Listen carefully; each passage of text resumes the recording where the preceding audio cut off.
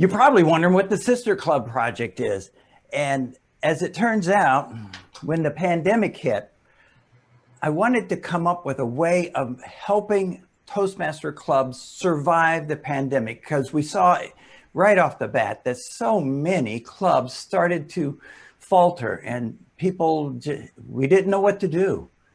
Yes, Zoom kind of saved Toastmasters, but I wanted to find a way where we could support each other. And so I had this brainstorm of an idea of bringing together actually five clubs.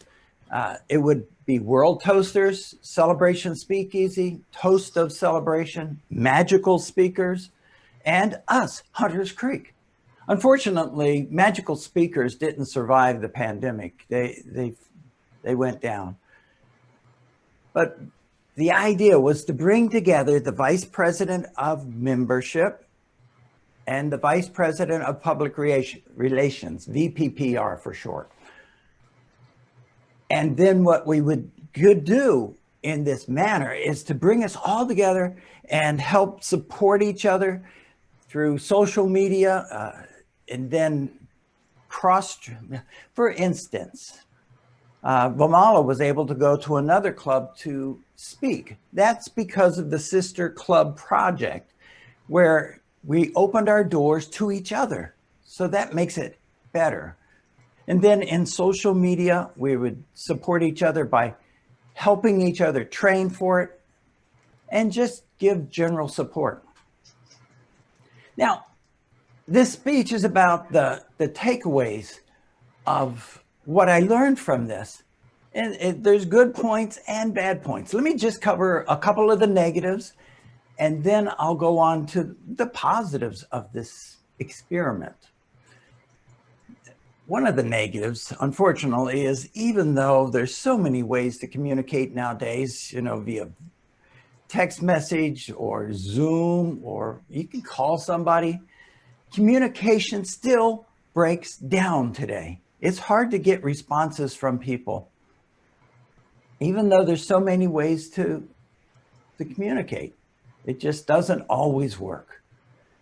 And then the second thing on the negative side that I found was commitment. There's different levels of commitment in every single one of us. We all, whether it's this job or our work job, there's just different levels of how much you want to do for Toastmasters, or how much you want to do at your regular job even. But there's also good things. Good things, because as I did this, as I looked around and found people and talked to people, other clubs, many other clubs, I found people who were actually what I call players. People who got involved and took whatever their role is to the max. So they knew what their role would be, and then they worked it as best they could. And I came across a lady named Jen over in Wyoming that was doing exactly that in terms of Vice President of Public Relations, trying to really grow the club through social media and all the things, but she was really into it. And then there's a lady named Toastmaster Trixie, and Trixie is out of Colorado, and she's the same way, just so enthusiastic about growing a club through the Vice President of Public Relations, or nowadays Trixie is the Public Relations Manager for District 26 over there. Which brings me to me. I got to evolve during this time and started growing, because I tried to expand our club, Hunters Creek. And by the way, on Hunters Creek, on social media, on Instagram, we have well over 200 followers. But I would bet that at least 75% of those followers are other Toastmaster clubs. And that's what I discovered. I discovered so many other Toastmaster clubs that are really into Toastmasters. And you can tell when you go to Instagram, you can see just outstanding presentations that they post up. Then Another way that I learned it, or evolved in this is through other districts. Yes, we are all in District 84, but I'm also over in the Colorado district. I'm in District 26. And that was a great learning experience because they do things differently, but the same, if that makes sense.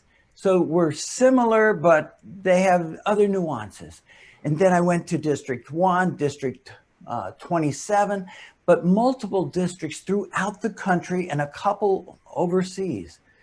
But from each of those, I was able to learn other things that I could put to use for this project that I had set out on.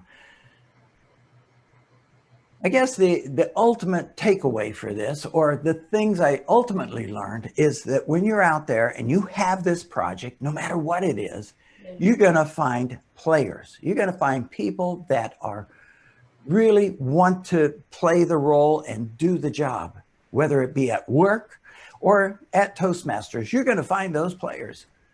So take them into your fold and really not take advantage of them, but incorporate them into your project as best you can. And then the other thing you can plan on is that you're going to grow and you're going to learn from the project that you take on. Those are my takeaways. Mr. Toastmaster.